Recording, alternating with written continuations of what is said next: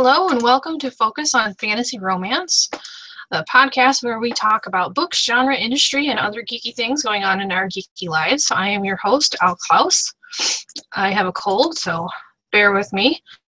I'm joined by A.R. DeClerc and Paulina Woods. Hello. They're waving. And we're doing a book chat this week. We chose to read Project Elle, a New Earth series novel by Felicity Cates, who I know through the interwebs, through sci-fi romance writing channels. So let me read the blurb to you, and then we can get chatting about Project Elle. Excuse me. 1,000 years after Earth has been devastated by a viral plague, the survivors turn to genetic engineering and advanced robotics to ensure the future of the human race. But not everyone is happy with artificial life living amongst humans, least of all Peyton Chase, a doctor with a harrowing past. When he's gifted with a state-of-the-art companion that he can't send back, Peyton is far from pleased. She's sentient, she's sexy, she's everything he doesn't want complicating his life. He nicknames her Hal. She nicknames him a lot of unladylike things, at least in her mind. Because there are rules to a relationship like theirs, master and slave. She's supposed to obey him in all things. But if that's true, why can't she stop meddling in his life? Unfortunately, time is running out for Hal. The deadly truth of her origins are about to catch up to her. Together, Peyton and Hal must face their worst fears. But is true love enough to conquer all, or is humanity doomed to face extinction? I told you I hate reading stuff online. So like I said, this is a very high heat science fiction romance, and it was originally released in a series of 5 novellas, and I read the first 2 when they were being released, and then I caught up with the full novel release, which is what we read. And I like the author's style. There's definitely a difference in the prose when you're reading from a different point of view. Like I noticed right away when I'm reading from Peyton's point of view because of all the cursing.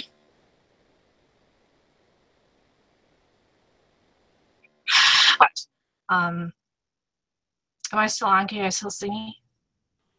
Yes, you froze for a second, but you're good. I froze. Okay. I definitely like the banter between the two.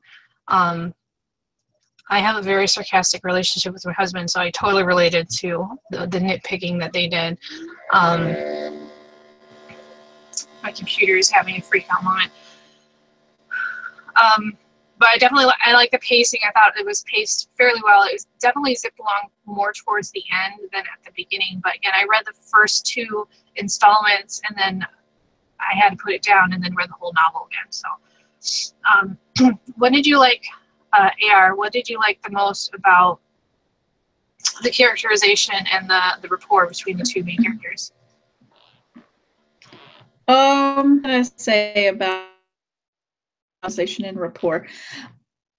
I think that the author did a good job showing you the male main character, Peyton, his reluctance in accepting a new companion into his life. He was a little bit of a curmudgeon, a little bit of a hermit. He had experienced some trauma. He had pulled away from other people, and it's kind of the standard trope for, arranged. But I liked the way that she slowly wormed her way into his heart and his bed pretty quickly, actually, for that to happen. But I think all in all, I enjoyed the way the author brought the characters together, and it was pretty realistically done that he didn't immediately change his mind and decide he wanted her. and then, 5 seconds before that, he hated her. It was kind of an up and down relationship. So that part was acceptable to me.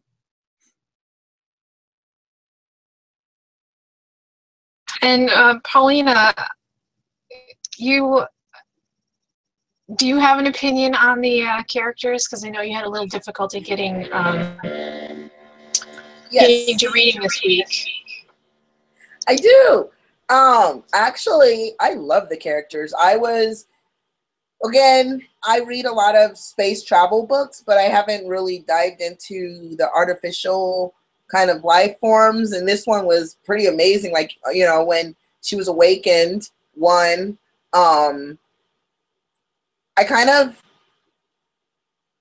liked her. I like her a lot as a person. She reminds me of a movie, kind of, what is it? I, Robot, where the robot kind of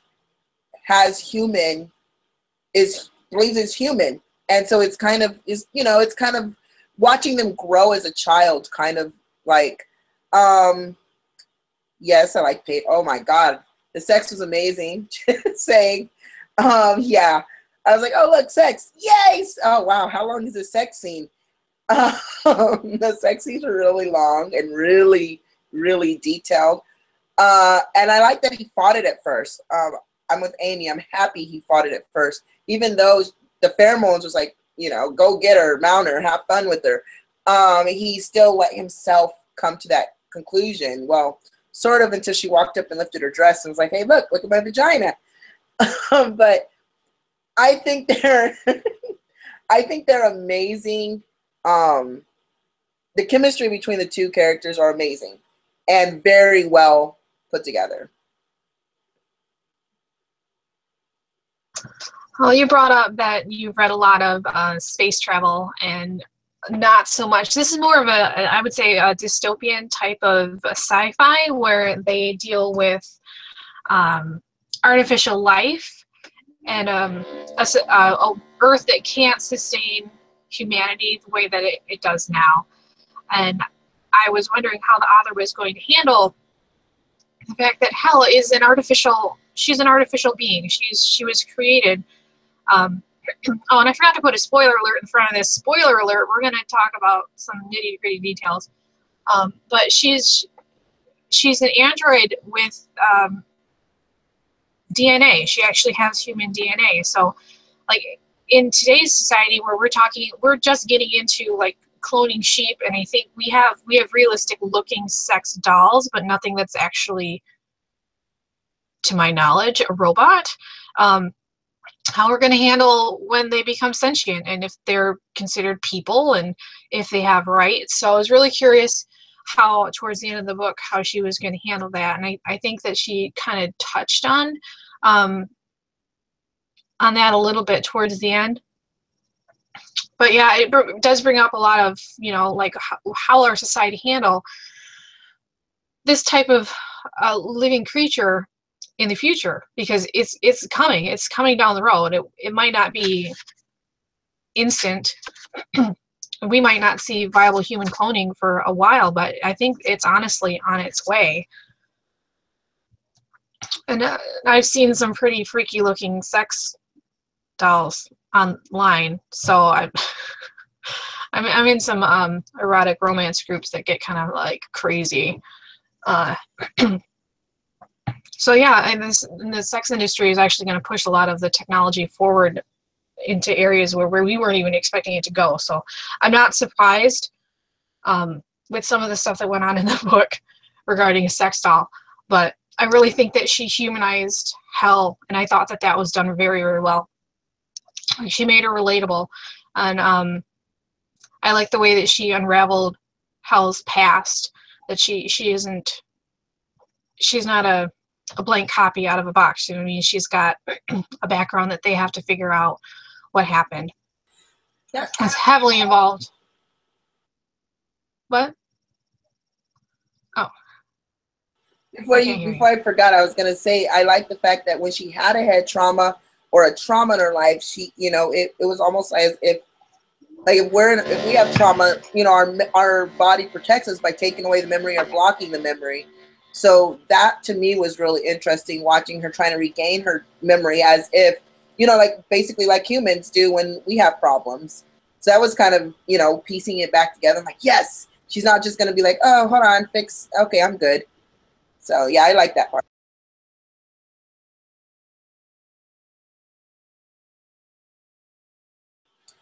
And she froze again. Oh, there you go. Hi. Hey, you were cutting out quite a bit there. I'm not really sure whose connection it is because I just reset my router, so I should be okay. But so later, the book was, like I said, cut up into 5 sections, and there's a lot of sex because I think there's a sex scene per series installment, which would make sense to me because there was a lot of sex. So has anyone read or watched the movie for Dune? No, it's a sci-fi. It's an older one. Yes, I've seen Dune. And Okay. Children of Dune. So the Reclaimers, those large earthworm-like Yes. things. Yes. Those are stolen from Frank Herbert. Well, they're also stolen from SpongeBob. Did you have like this moment where you're like, this spice is life, and you're like, Helen, ride the worm? No? Yes. Actually, I had a moment where when she said she could talk to the worm, that I'm like, quit that cataract. Oh my God. You know, so I'm just like, speak the weirding way. But that was just my nerdiness coming out. Well, I did say this show is about our geeky lives. I have not read Dune. I've only seen the movies. I should probably read Dune. But yeah, spice is life. And so I was kind of I read Dune when I was 10 years old, and it scarred me in some ways. I've only seen like bits and pieces of it, like maybe an hour here, 20 minutes there. I've never really actually sat down and watched it. I guess I should. But I like zombie movies better, so I don't know. There's 2 different versions of the Dune. There's the movie. It's got, I think it's Kyle MacLachlan. MacLachlan. Mm-hmm. Yeah, and Sting. That's from the 80s, and I think the Sci-Fi Channel did a mini-series, which I haven't seen at all, but was that good? Children of Dune. I think that's the Children of Dune. Good. That's the one I seen. I think I seen one. They did a 3-part series. I think I seen the middle one. That's the sequel to Dune. Okay. So I probably should just go and watch all of it. Yes. So, I know Felicity Cates from online. I think I'm in her fan group or whatever she calls her street team or whatever. And someone had left a nasty review about the fact that there is some torture in the book. And I wasn't bothered by it. But someone did not finish because they're like, oh, torture. This is the torture is kind of essential for the story. What Hal went through to become the person that she is. I can maybe understand a trigger warning, but not putting down the book because you just don't like torture in general. I think in my interview I said that if I don't like something in a book, I mentally change it. So it was really easy for me to be like, okay, well, this happened. And does anyone else bothered by that aspect of the book, or do you think that it led to the story moving forward? I wasn't bothered by it, and I will tell you that I'm one of those people that that's not my cup of tea. And normally, like my husband likes gory horror movies and all those kind of things, bloody. I can do suspense all day long, but when it comes to that kind of stuff, there's enough, pardon my language, shit in the world that I don't need to like read it or see it any more than that. But it doesn't bother me when it is essential to the story and it's not a main part of the story. It's just backstory. And it's not like they were putting it out there and say, oh, look what, my crazy brain can come up with. These are the most awful things I can think of. It wasn't that way at all. The author made it very clear to the reader why it was so important for Hell to escape the factory. Because if you're living a happy-go life, why run away? Like, why take the chance? So I'm not even one of those people that will, say, oh, let me go and find a whole bunch of really dark books about torture and murder and all those things. That's not really my thing, but it didn't bother me at all in this story that it was there, because I did think it was an essential part of the story to show the reader the reason that Hell left.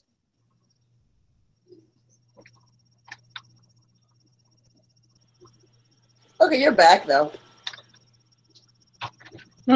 Well, I'm getting messages that, and I'm back. I'm sorry, AR. We lost action.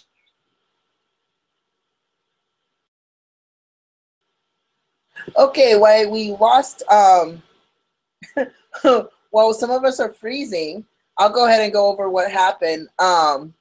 Is when it comes to like torture. I don't mind.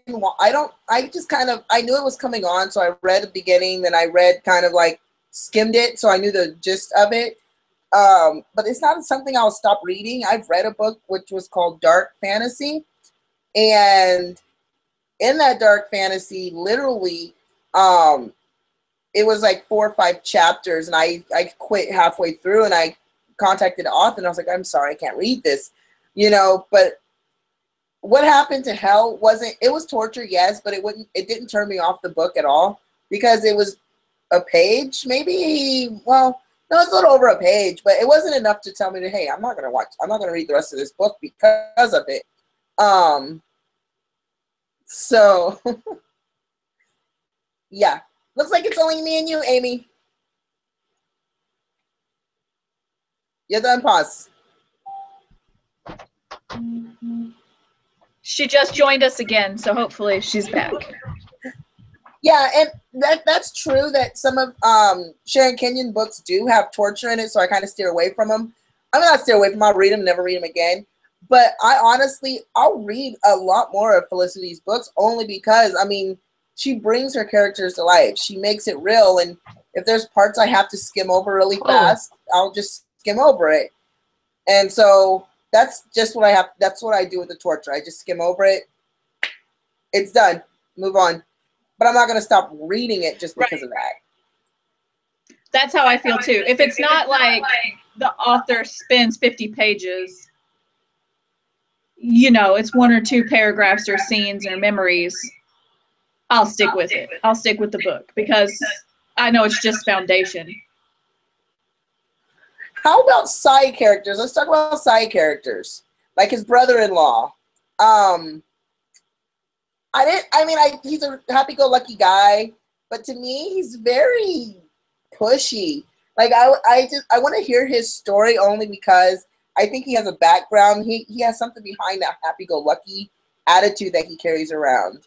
Like, but he was, honestly, out of all the side characters, him and the aunt was my favorite characters.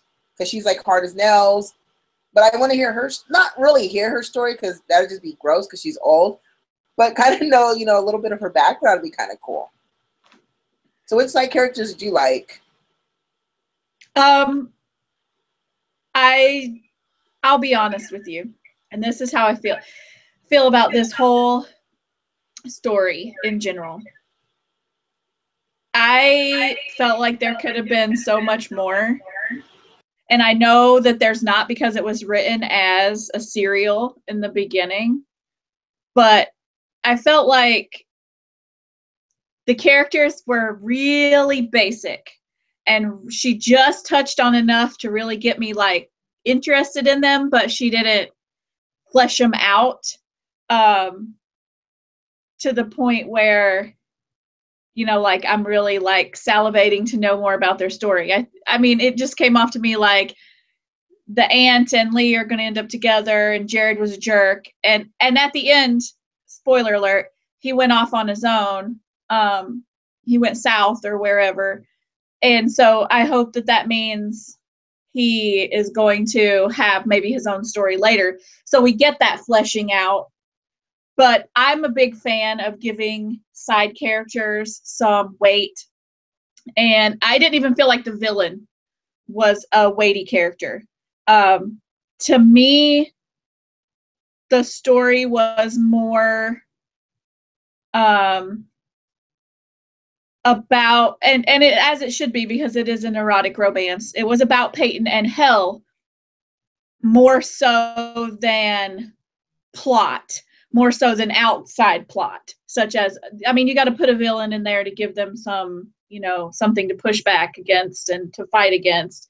And I understand that, but I didn't think the plot was like, I thought more along the lines of them getting together and having a romance was the more, as opposed to like a plot, like an underlying plot. So I felt like the characters could have had a little bit more flesh. And then I would have been happy, because then I could have gotten like another story or two out of them. So that's where I went with side characters. I think, like we talked about, though, this is more of erotic, so it's driven more by sex than by it's driven sex and storyline. But I mean, I believe the story. I like the storyline that was in it. I'm gonna be honest. I did skip over a few of the sex scenes. Only I was like, okay, they're starting to have sex. Okay, they're in the middle of sex. Okay, they're done. Only because after the first two scenes of sex, I kind of not shut down, but I kind of go, okay, they've done it. I know what they're gonna do. I'd rather have fade to black and hear more other, hear other stuff. Right. But with that note, I know that there's some authors out there that write amazing books, and they have like so many sex scenes in it that you're pretty much dripping by the time you're done reading them. And I think this is kind of where she falls in the middle of, which, she's not to the point where it's porn, but she's not to the point where, you can actually give it to your grandmother. Well, unless your grandmother reads that stuff. Right. Right. I agree. She's not, she's definitely erotic sci-fi. Because she's not a science fiction novel, because she doesn't spend as much time talking about the world building and the plot and all that stuff. But she spends a lot. She's not completely erotica either, because she doesn't spend the entire book talking about sex. You know what I so really she's in that want? medium.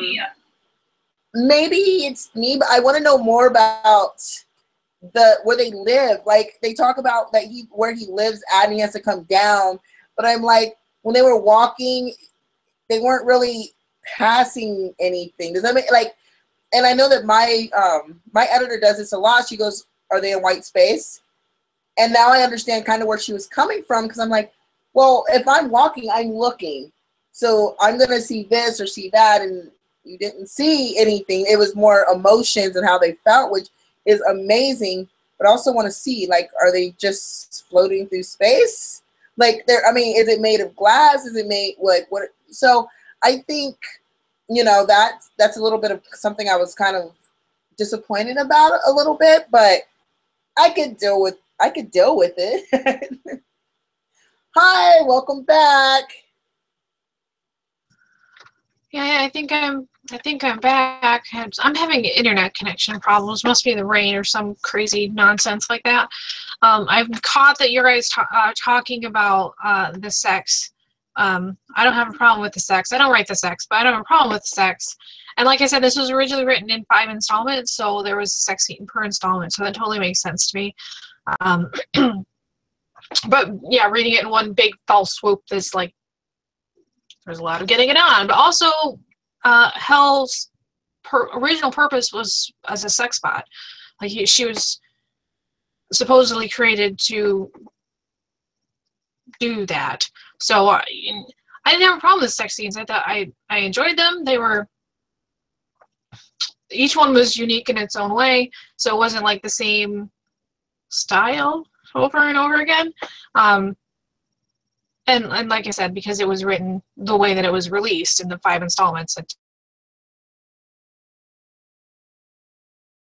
That's something we didn't touch on yet, is the fact that she can have babies. And she's an artificial life. And that seems like a threat to human women. If you think, I mean, if somebody wants to carry, if they created something to carry the babies and it carried mine, I'll be happy. I don't want babies. But to some women, that would be a threat for them to think that a robot or an artificial life is now going to carry on the human gene. So where does that put women?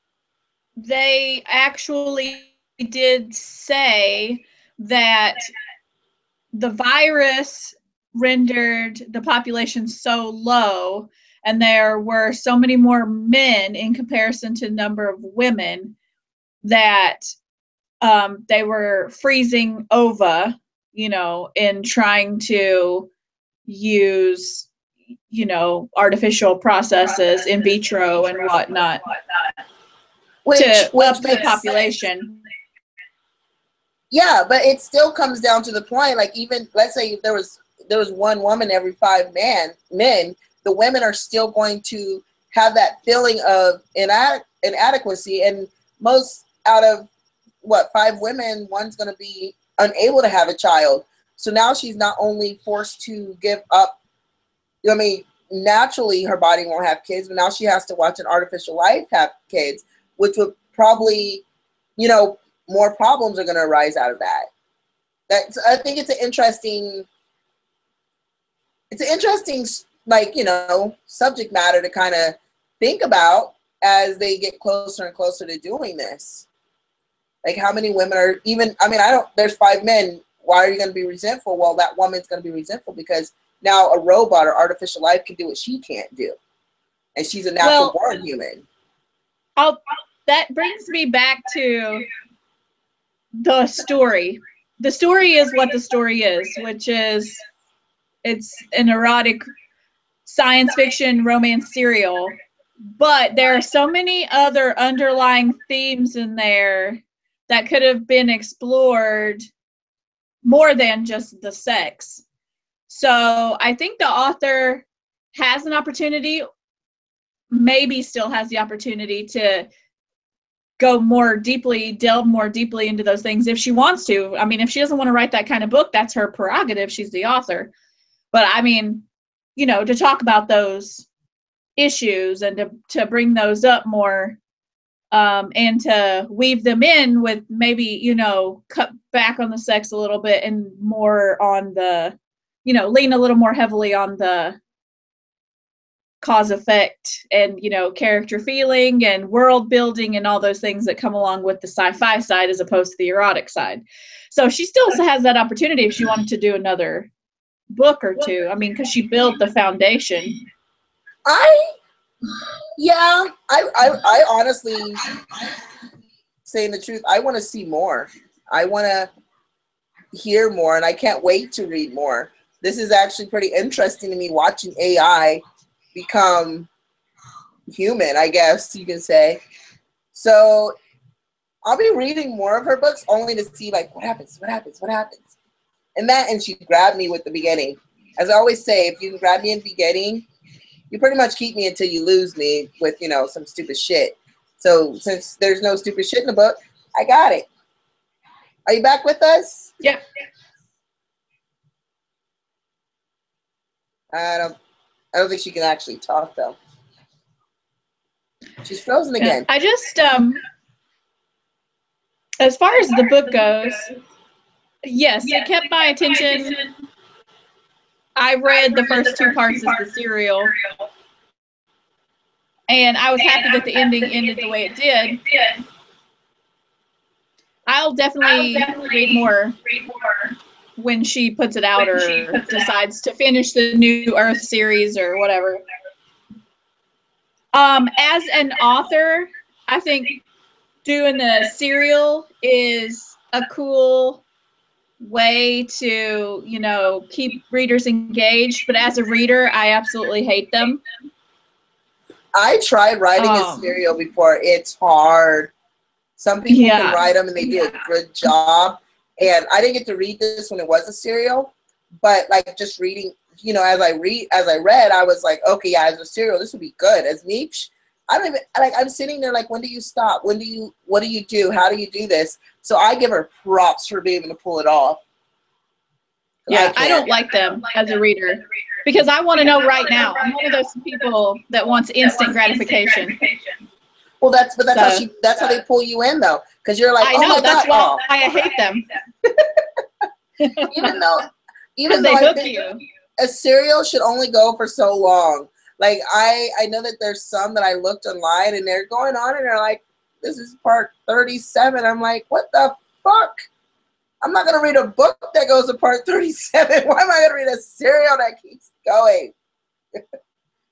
Especially that's more like graphic novel length than serial long. All right, so we should try to wrap this up. Only problem is we can't stop recording. Right. She has to stop. So. And she left the group chat as well. Yes. So I'm thinking. Hold on, she's online.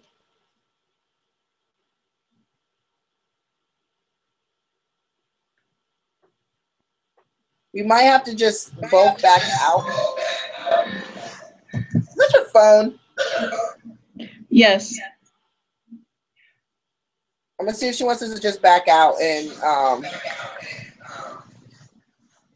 okay. And then she can do it. Well, if anyone wants to find the book, Elle will post the links in the comment to the podcast. And I'm sure she's super sorry she didn't get to say much about Project Hell. But she can put her comments in the comments section or on the blog page if you guys want to pop over and check that out. But Paulina and I have said our piece for tonight. I think we both enjoyed the book. Look forward to more from the author. Really like the characters. So that's all we've got to say tonight. All right. And see you guys all later. Bye.